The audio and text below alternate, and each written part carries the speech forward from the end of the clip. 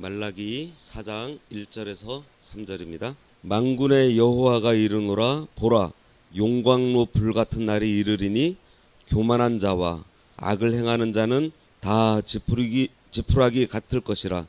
그 이르는 날에 그들을 살라 그 뿌리와 가지를 남기지 아니할 것이로되 내 이름을 경외하는 너희에게는 공의로운 해가 떠올라서 치료하는 광선을 비추리니 너희가 나가서 요양간에서 나온 송아지같이 뛰리라. 또 너희가 악인을 밟을 것이니 그들이 내가 정한 날에 너희 발바닥 밑에 재와 같으리라. 만군의 여호와의 말이니라. 아멘. 오늘 말씀의 제목은 치료의 광선입니다. 이 말라기서는 그 구약의 맨 마지막에 있고요. 그러면서 신약과 구약을 연결하는 역할을 하는 그러한 선지서입니다. 유다 백성은 이제 예루살렘 성전을 재건을 했고, 그리고 성벽도 완공을 했습니다. 그래서 이제 국가로서 어떠한 그 외형을 어느 정도 이제 정비한 때죠. 그리고 또 다른 한편으로는 신앙적인 면에서 하나님의 백성으로 참 거룩하고 성결한 삶을 회복하고, 이제 구약 시대 때 많은 선지자들을 통해서 또 하나님의 말씀을 통해서 예언하고 예표해 주셨던 예수 그리스도의 그 초림을 또 기대하고, 또 앞으로 다가올 예수님과 함께 올 그 신약 시대를 맞이할 준비를 해야 될 때였습니다. 그런데 이스라엘 백성은 이렇게 성결된 삶에 대한 그러한 열심보다도 세속적이고 인본주의적인 그 민족주의 사상에 빠져서, 선민 그 의식이라 그러죠. 거기에 빠져서 여러 선지자들에 의해서 예언된 그 영광스러운 그 메시아, 그 메시아 왕국, 그러니까 이제 성전도 새로 지었고 성벽도 이제 다시 완공됐고 어느 정도 갖춰져서 이제는 잘 살 수 있을 것 같은, 쉽게 말해서 행복한 삶을 영위를 할 수 있겠다라고 생각을 했습니다. 그런데 이 일이 이루어지지 않아요. 속히 이루어지지 않습니다. 변한 게 없어요. 성전은 지어졌고 성벽은 완공되었는데 뭔가 확실하게 딱 지어지는 게 없어요. 뭐 그 이전의 삶과 다른 게 없습니다. 그러다 보니까 신앙적인 회의와 그 인본주의적인 그 안일함, 또 자기 만족을 구하는 그러한 삶에 점점 빠져들기 시작했습니다. 이러할 때 말라기 선지자는 그 이스라엘 백성, 그 선민에게 최우선적으로 요구되어야 하는 것이 여호와를 경외하는 삶을 살아야 되는 것, 그리고 지금 우리가 범죄하고 있는 그것들에 대해서 회개해야 된다라는 그러한 말씀을, 메시지를 선포하고 있습니다. 이 말라기서가 기록된 시기는 이제 느헤미야가 성벽 그 공사를 마치고서 주전 432년에 페르시아로 되돌아갑니다. 그러고서 이제 425년에 다시 예루살렘으로 돌아왔을 때, 그때 어떤 일을 하죠? 이제 느헤미야 13장에 가면 나오는데, 이방인들과의 관계를 청산하고 또 성전을 정화시키는 운동을 하고 또 레위인들을 복직을 시킵니다. 이스라엘 백성들이 11조를 드리지 않음으로 인해서 레위인들이 생활고에 찌달리다 보니까 성전에서 일을 하지 않고 밭에 나가서 일을 했어요. 그래서 그러한 레위인들, 그러니까 레위인들을 복직을 시켰다라는 것은 다시 11조를 이스라엘 백성들에게 하나님 앞에 드릴 것을 알린 것입니다.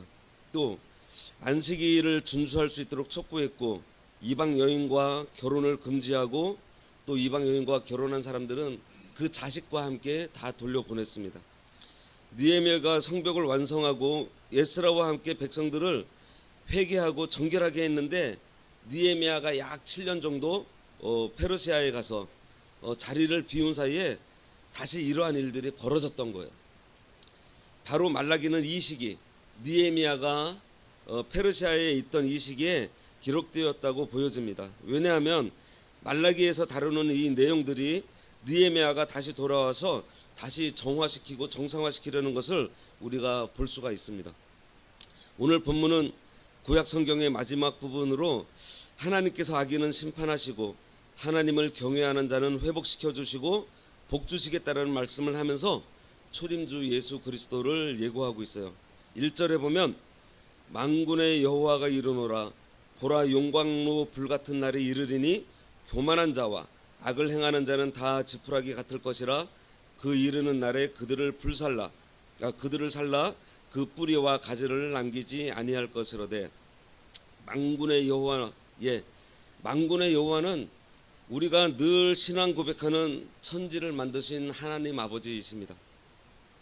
이 만군의 여호와께서 이른다라는 것은 내가 하는 이 말이 반드시 이루어질 것이고 내가 책임질 것이다 라는 확고한 확신을 주는 그러한 말씀이에요.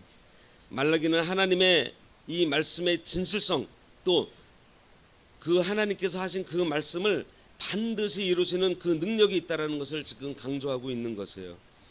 보라 용광로 불같은 날이 이르리니 이것은 심판의 날이 올 것을 알리는 것입니다. 하나님께서 정하신 날이 되면 악인들은 반드시 심판을 받습니다. 그리고 하나님께서 정하신 그날 성경에서는 여호와의 날이라고 자주 표현되어 있는데 이 날은 바로 심판의 날입니다. 우리가 그동안 선지서를 읽으면서 느꼈을 텐데요. 그 심판의 날에 이 심판과 구원이 동시에 일어난다라는 사실이에요. 예수님께서 초림하신 날도 심판의 날이요 구원의 날이었고요. 예수님께서 앞으로 재림하시는 날은 구원이 완성되는 날이기도 하지만은 심판도 완성되는 날입니다. 예수님께서 초림하시면서 예수님을 영접하는 자는 다 구원을 받아서 생명과 영생을 얻게 되었지만 영접하지 않는 자에게는 심판이 있는데 사망에 이른다 그랬습니다. 교만한 자와 악을 행하는 자는 다 지푸라기 같을 것이라 그랬어요. 교만한 자가 누구죠? 바로 예수님을 믿지 않는 사람들입니다. 예수님을 믿지 않는 것이 가장 큰 교만이에요. 하나님의 공의를 무시하고 지옥과 영원한 사망을 무시하니 얼마나 교만합니까? 그리고 하나님의 말씀, 명령을 무시하는 자들이 교만한 자들입니다. 분명히 사람이 사는 것이 떡으로만 사는 것이 아니라 하나님의 말씀으로 산다라고 말씀을 하셨는데 그러한 말씀을 떠나서 잘 살 수 있을 줄 아니 얼마나 교만합니까? 이 교만한 자가 지푸라기 같을 것이라고 했어요. 지푸라기를 보면은 성냥불에도 그냥 다 불타버립니다. 그런데 여기 용광로에 지푸라기가 들어가면 어떻게 되겠어요? 순식간에 흔적도 없이 사라져 버립니다. 교만한 자는 자기의 영광이 오래 갈 것 같이 여기지만 예수님께서 오시면 이처럼 용광로에 들어가는 지푸라기 같은 존재일 뿐입니다.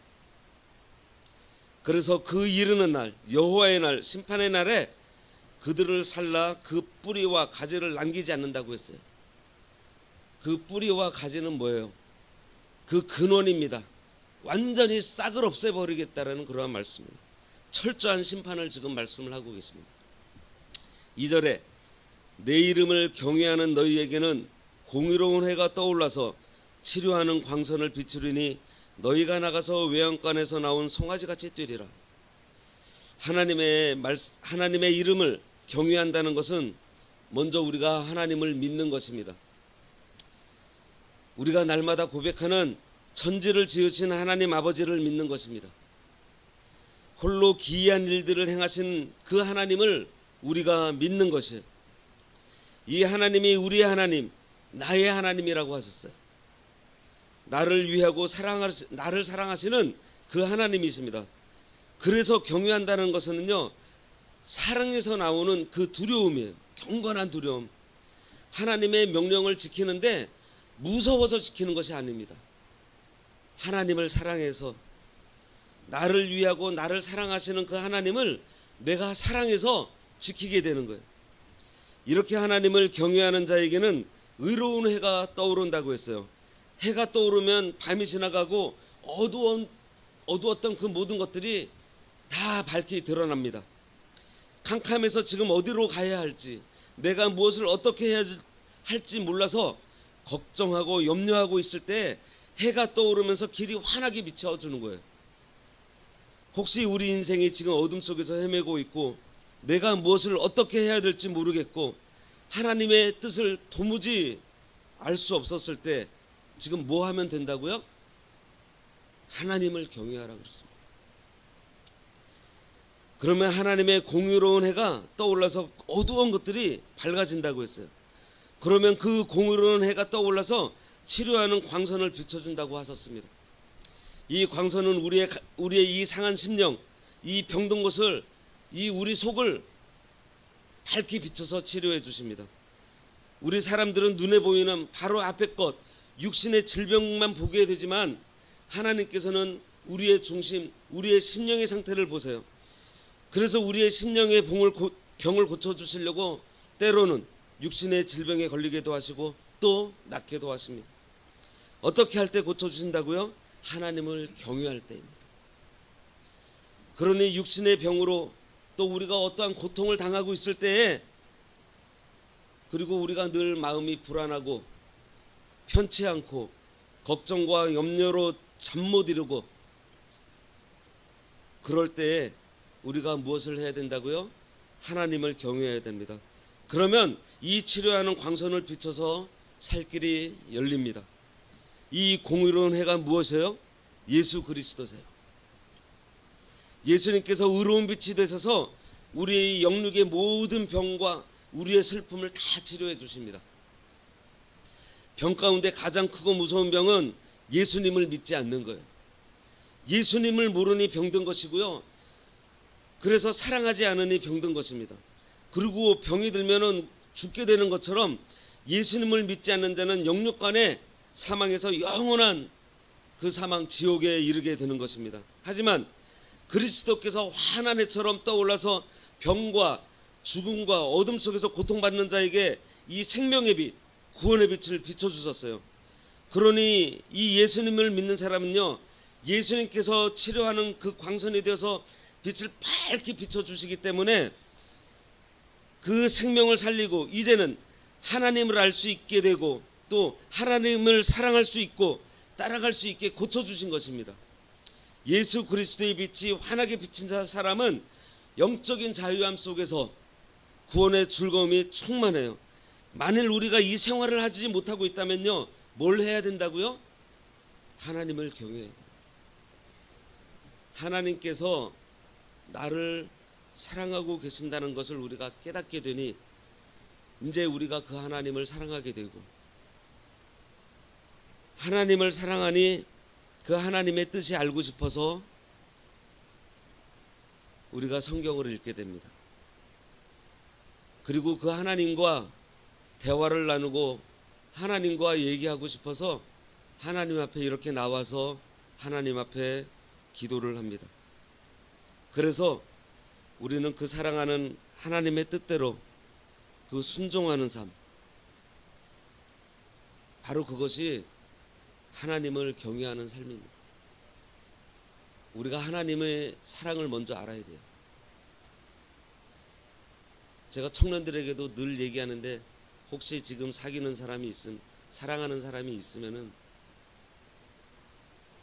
그 사람이 나를 사랑한다라고 생각했을 때 너희들 마음이 어떠냐?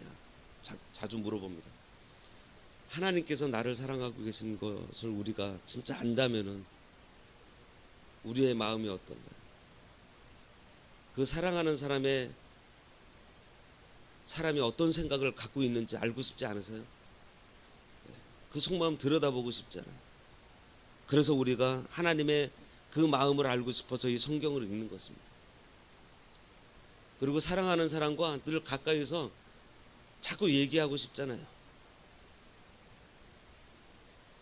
예전에는 뭐 차가 많이 없어서 뭐 우리 세대는 데이트도 버스 타고 다니면서 했는데, 버스 정류장에서 헤어질 때 버스가 오면은 야, 다음 차 타고 가지, 한 대, 두 대 보내면서 좀 더 얘기하고 싶은, 우리가 하나님을 사랑하는 그러한 마음으로 하나님 앞에 나와서 기도하고 하나님의 그 말씀, 하나님의 그 뜻을 알고자 우리가 성경을 읽게 되고, 그래서 그 하나님의 뜻을 알게 되면은 그것을 해주고 싶잖아요. 따르고 싶잖아요. 그래서 순종하는 그러한 삶, 그것이 바로 하나님을 경외하는 삶입니다. 하나님이 무서워서 벌 받을까 봐 하나님의 뜻을 따르는 것이 아니라 하나님을 사랑해서 그분께 굴복하는 그러한 삶, 바로 그러한 하나님을 경외하는 삶을 우리가 살아야 됩니다. 이렇게 하나님을 경외함으로 살 길이 열리니 마치 외양간에서 나온 송아지 같이 뛰어다니게 됩니다.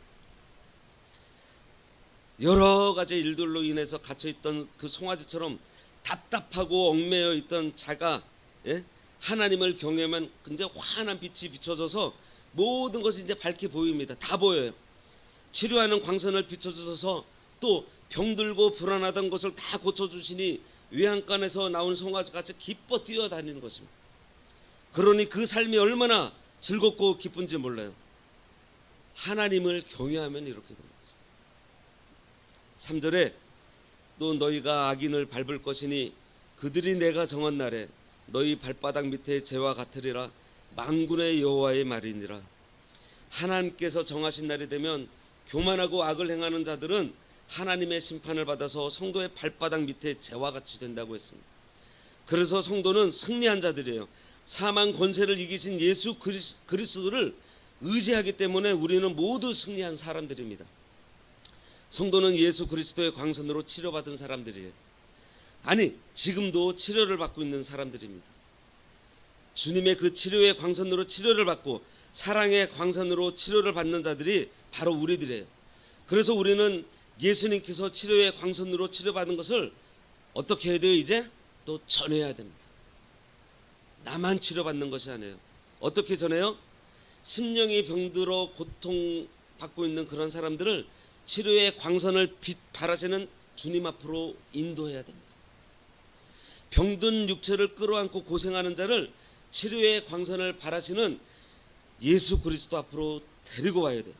그래서 그들에게 예수 그리스도께서 치료의 광선으로 치료해 주신다는 것을 우리가 늘 알려야 돼요. 사랑의 빛, 진리의 빛, 구원의 빛을 비춰서 나를 치료해 주시고 승리자 되게 하신 그 예수님을 그 알리는 그러한 일들을 우리가 평생 사명으로 알고 주님의 뜻대로 살아가면서 나로 하여금 온전한 승리자가 되게 하여 주신 것을 우리가 또 전해야 됩니다. 또 그들도 승리자가 되도록 하나님을 경외하는 사람이 되도록 우리가 계속 전해야 돼요.